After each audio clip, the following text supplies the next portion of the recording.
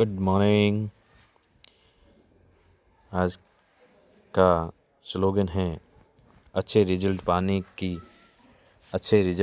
पाने के लिए बातों से नहीं रातों से लड़ना पड़ता है। एकदम अच्छा सटीक बैठता है स्टूडेंट के लिए, क्योंकि जब तक आप रातें नहीं जगाओगे, पढ़ोगे नहीं, मेहनत नहीं करोगे, तब तक रिजल्ट आपको नहीं मिलेगा। थोड़ा सा पढ़ने से, 1-2 घंटे पढ़ने से वो रिजल्ट हमें नहीं मिलता जो हम इच्छा रखते हैं। इसलिए अच्छे रिजल्ट पाने के लिए बातें ही नहीं कही जाती कि मैं ऐसे कर लूँगा, ऐसे कर लूँगा, ऐसे रिजल्ट ले लूँगा। ऐसे नहीं होता है। रातों से लड़ना पड़ता है। आपको रात दिन मेहनत करनी पड़ती हैं, रात दिन आपको पढ़ना पड़ता है, रातें जगानी पड़ती हैं, फिर जाके अपन को वो मुकाम हासिल होता है जिनकी हम इच्छा रखते हैं। बड़े बड़े जो अधिकारी होते हैं, जो बड़े बड़े अफसर होते हैं, ये सभी जो आईएएस अधिकारी होते हैं, ये रातें जगाते हैं, बहुत कई घंटे मेहनत करते हैं, कई बरस तक चलती हैं, तब जाकर वो अपना मुकाम हासिल प्राप्त होता है। आज का अपना टॉपिक है पार्ट 2, मानव बस्तियाँ।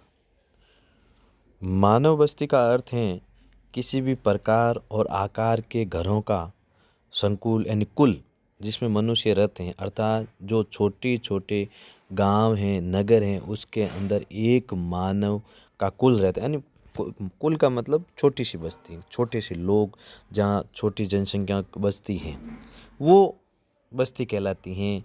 100 घर की भी हो सकती हैं, 200 घर की भी हो सकती है। वो मानव बस्ती होते हैं जिनके इलाके कहीं नदी के किनारे, पहाड़ के ऊपर, छोटे मोटे जहाँ बस्तियाँ बसती हैं, लोग अपनी आवश्यकताओं के अनुसार बस जाते हैं, उन्हें बस्तियाँ कहते हैं। ये 2 प्रकार की होती हैं, ग्रामीण बस्ती और नगरीय बस्ती। ग्रामीण बस्ती का अर्थ है गांव के अनुकूल, जहाँ पशुपालन भी होता है, जहाँ आमदनी के लिए मुख्य तरह पशुपालन, खेती हैं, इस पर है। और एक होती है नगरीय बस्ती, जो बड़े बड़े नगर होते हैं।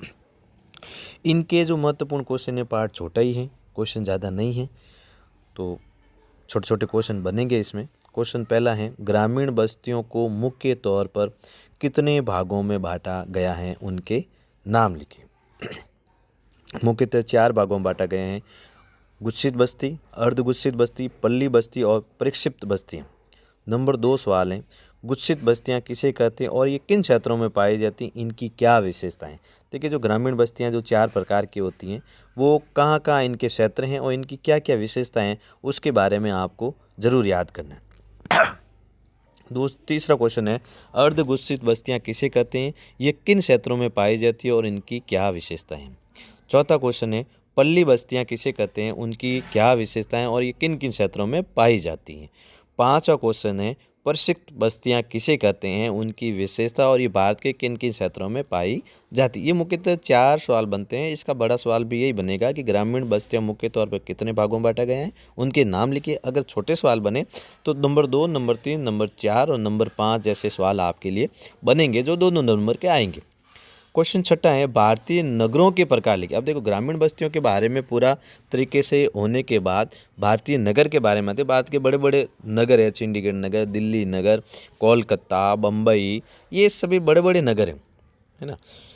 7वां क्वेश्चन है, आधुनिक उद्योगों पर आधारित नगरों का जन्म कब हुआ, यानी कब से भारत में उद्योगों का जन्म हुआ था।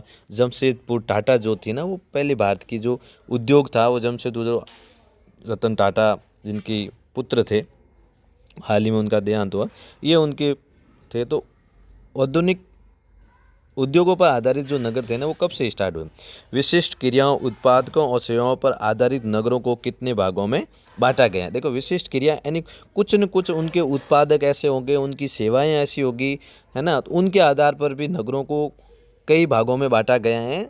और आपको जैसे सांस्कृतिक भाग में बांटा गया है, जहाँ संस्कृति के हिसाब से, पर्यटन के हिसाब से, है ना, उसमें से खूब नगर हैं। उसमें मैं आपको 2 बता देता हूँ। गैरिसन नगर किसे कहते हैं, कौन कौन से नगरों को गैरिसन नगर कहते हैं, ये याद कर लेना, क्योंकि ये शब्द थोड़ा सा अलग है, इसलिए परीक्षा के हिसाब से ये बनता है कि परीक्षा में हमेशा ऐसे शब्दों का यूज़ लिया जाता है जो अलग से हो, तो आप इसका ध्यान रखना। नंबर 10, शैक्षिक नगर कौन कौन से हैं, यानी शिक्षा के क्षेत्र में प्रसिद्ध नगर कौन कौन से हैं, उनके बारे में आपको याद करना है। पार्ट छोटा है, लेकिन अच्छे सवाल बन रहे हैं इसमें से। 2-3 नंबर के जो सवाल बनेंगे, पार्ट 2 नंबर का है, 3 नंबर के जो भी सवाल बनेंगे, छोटे छोटे सवाल बनेंगे, तो आप अच्छे से याद करना इनको। और एग्ज़ाम वार्षिक तक इनका योगदान रहेगा, तो आप ज़्यादा से ज़्यादा इनको याद करें, आप कॉपी में लिख के याद करें। Okay, thank you.